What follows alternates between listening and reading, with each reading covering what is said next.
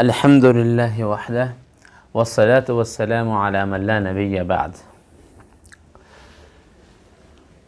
الأصل السادس من أصول منظومة عقود رسم المفتي ما ذكره ولخصه شيخ الإسلام حفظه الله تعالى قائلا: الأصل السادس الترجيح من أصحاب الترجيح قد يكون صريحا وقد يكون التزاما، فحيث لم يوجد الترجيح الصريح عمل بالترجيح الالتزامي، وحيث وجد التصريح فهو مقدم على الالتزام.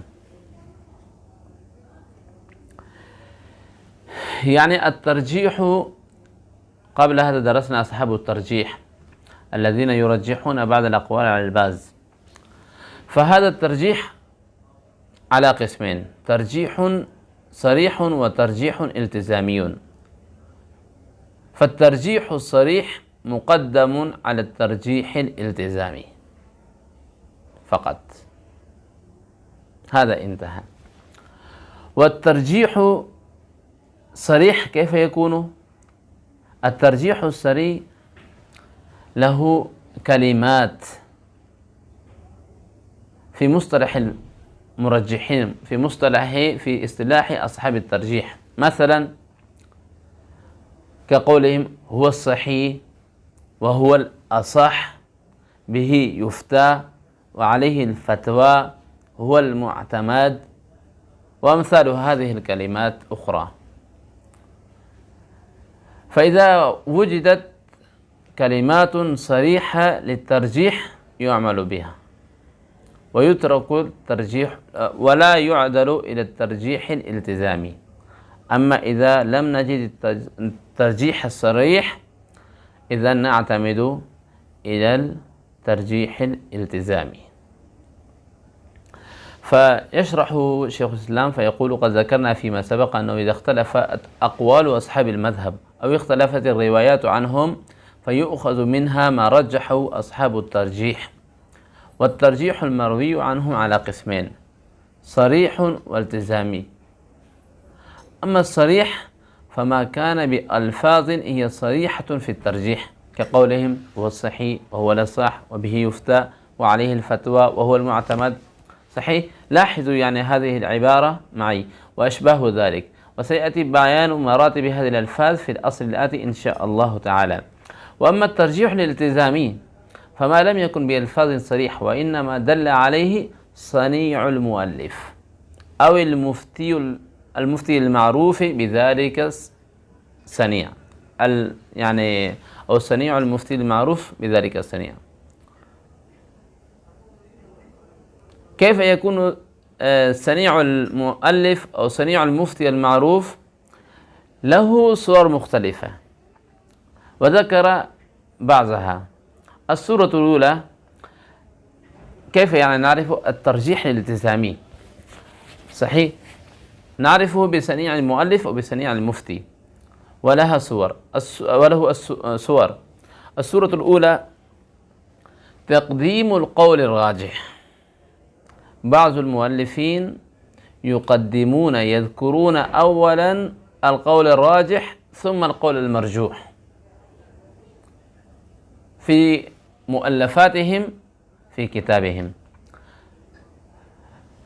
ويشره مزيدا فيقول: لاحظوا العبارة: فقد التزم بعض المؤلفين بأنهم يذكرون القول الراجح عندهم قبل ذكر الأقوال المرجوحة. وهذا هو دأب قاضي خان رحمه الله تعالى في فتاواه. فتاوى قاضي خان شهيرة جدا، لأنه قال في أول الفتاوى: وفيما كثرت فيه الأقاويل من المتأخرين اقتصرت على قول أو قولين، وقدمت ما هو الأظهر وافتتحت بما هو الأشهر. لماذا؟ إجابة للطالبين وتيسيرا على الراغبين. وكذلك صاحب ملتقى الأبحر التزم تقديم القول المعتمد على غيره من الأقوال، ويظهر من صنيع صاحب البدايع أنه يفعل ذلك أيضا في الغالب. هذه الصورة الأولى، يعني تقديم الراجح، قول الراجح. الصورة الثانية: تأخير الدليل القول الراجح، يعني يذكر الأقوال ويذكر الأدلة، لكن يذكر دليل القول الراجح أخيرا فيشرحه ويقول لاحظ العبارة: فإن الكتب التي التزمت ذكر الدلائل كالهداية والمبسوط وغيرها فإن عادتهم المعروفة أنهم يذكرون دليل القول الراجح في الأخير يذكرون دليل القول الراجح ثم يجيبون عن دلائل أقوال أخرى عن مرجوحين، عن الأقوال المرجوحة. فالدليل المذكور أخيرا يدل على رجحان مدلوله عند المؤلف. الصورة الرابعة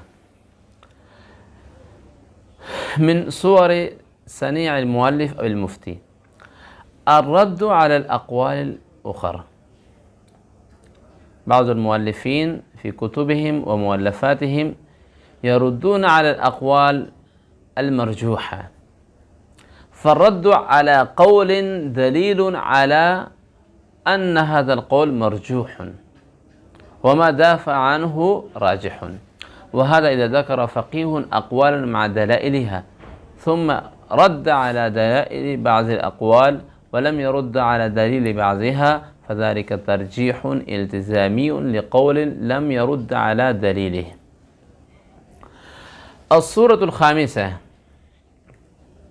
أن يكون القول مذكورا في المتون المعتبرة. صحيح، يعني ذكر القول في المتون المعتبرة ترجيح له التزاما، يعني ترجيح التزامي لهذا القول، أن هذا القول هو الراجح المذكور في المتون المعتبرة. فإن ذكرها في تلك المتون يكفي بمجرده للدلالة على أنه هو الراجح في المذهب. لاحظ العبارة: وإن لم تكن فيها صراحة بترجيحه، لا نحتاج إلى صراحته، وذلك لأن المتون إنما وضعت لبيان الراجح من المذهب، كما ذكرنا من قبل. أيضا هنا متون معتبرة معتمدة، بل إنها كالأصل للمذهب. والمتون المعتبرة هي البداية ومختصر القدور والمختار والنقاية والوقاية والكنز والملتقى، كما ذكره ابن عابدين رحمه الله تعالى في شرح عقود رسم المفتي. وذكر عن العلامة قاسم رحمه الله تعالى أنه قال: ما في المتون مصحح تصحيحا التزاميا، يعني ما ذكر في المتون فذكره في المتون تصحيح له تصحيحا التزاميا.